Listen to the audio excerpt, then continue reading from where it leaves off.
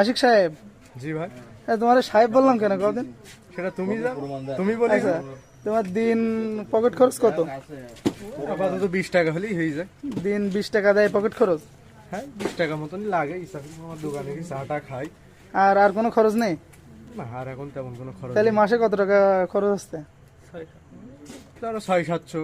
600-700? হ্যাঁ, তাহলে তোমার ইনকাম কত মাসে? মাসে তো 1 টাকা ইনকাম নেই। তাহলে এই 600-700 টাকা কোন জায়গা থেকে আসে? বাড়ি থেকে নি। বাড়ি থেকে? আর ফেসবুক থেকে ইনকাম করো নাই? তোমার তো একটা বড় পেজ ছিল, 3000 ফলোয়ার, 12,000 ফলোইং, সে পেজের এখন কি অবস্থা? সেটা জনি জানে, খবরটা জনির কাছে একটু যদি জনি জনি কি করিল? না, জনি কিছু করিনি। জনি আমি বলে কিছু বলছি না। মানে তুমি কি শিওর যে জনি তোমার আইডিটা না, বলে না, দিল? না, না, না, একদম না, একদম না। এ কথা আর বলি না। জনি কিন্তু একটা তোমার কি- হুমকির উপরে রেখেছে আমার, কি হুমকি? যে আমার ফেসবুক আইডি সেটাও আছে, ওটাও কিন্তু উড়িয়ে দেবে। তাই তুমি মানে কার সাথে পড়াচ্ছ? সেই জন্য বকুলের সাথে পড়াচ্ছ? হ্যাঁ, হ্যাঁ, কারণ বকুলের সাথে রেখেছ? বকুল ভাইয়ের পাশে থাকলে যাতে একটু বকুল, উদ্ধার হওয়া যায়। এই সম্পর্কে কিছু বল, যে আশিক কি তোর কাছে কি কি সহযোগিতা চাইছে? কি কি চাইছে বলো। মানে জনি যদি আমার আইডিতে এবার রিপোর্ট মারে, তুমি একটু সেই আইডিটা ফিরিয়ে আনার জন্য একটু চেষ্টা করবা। জনি মালি তো আনতে পারো না।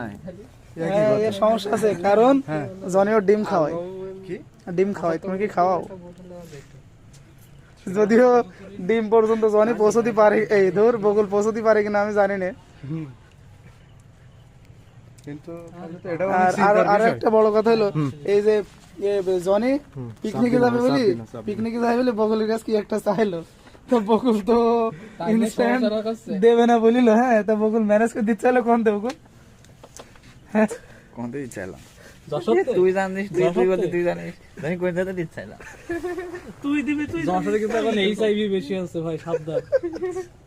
যেসব মন গড়ানি গল্প সব জায়গায় চলে না।